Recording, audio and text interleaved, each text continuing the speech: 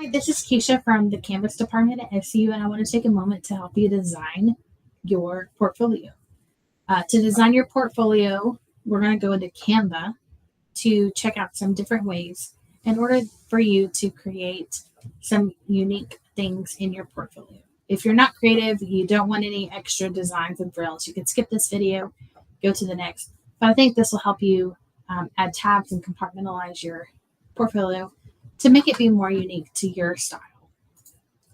So we're going to pop over to Canva. Canva.com is where I've made mine. You can use any graphic designer software. This is nice because it is free and customizable to fit your needs. I've already got some designs created. I've already played around with it and figured out how I want it to look. And so I'm just going to show you how to set that up. If you want to create this, you're going to start by creating a design, and I want to do a custom size. The best size for our ePortfolio is going to be 1200 pixels by 400 pixels. I've done that work for you, so you don't have to. You're just going to hit create design, custom size, and you're going to do 1200 by 400 and hit create new design. And when you create that design, you're going to get to see all of these templates that are already created. Anything that has a crown on it is going to be a paid option. So you're not going to want to use a paid option unless you're paying for Canva already. But you can use any of these other options. There are several to choose from. And I'm going to pick something that's going to be fitting my personality, or you can pick something that's more professional. It's totally up to you, the design that you pick. I'm going to take a moment and I'm going to click on this one. This one has a place for me to put my name, my phone number, email, and a website. I don't currently have a website, so I could delete these items if I needed to by just clicking delete key on your computer.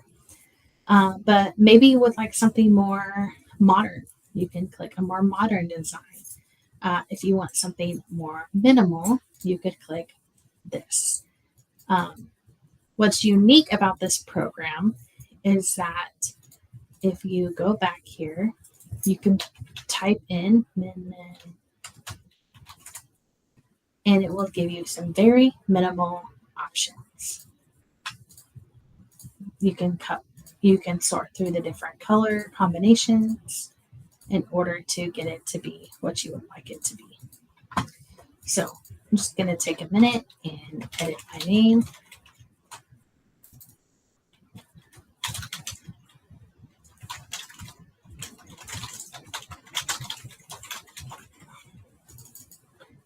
And I'm not a fan of the yellow, so I may go to blue, lavender, or a gradient.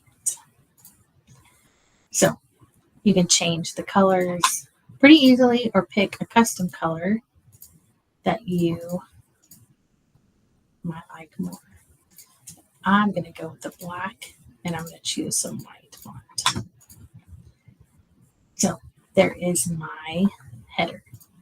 So let's say I want a section focused on my education. Create a sign that says education. You can adjust the font on this to any size that you would like, and you can duplicate this, and I can also put my experience. So if I want to list all my jobs in my portfolio. So this is nice, it's clean, it's concise, and it can be headers for my portfolio.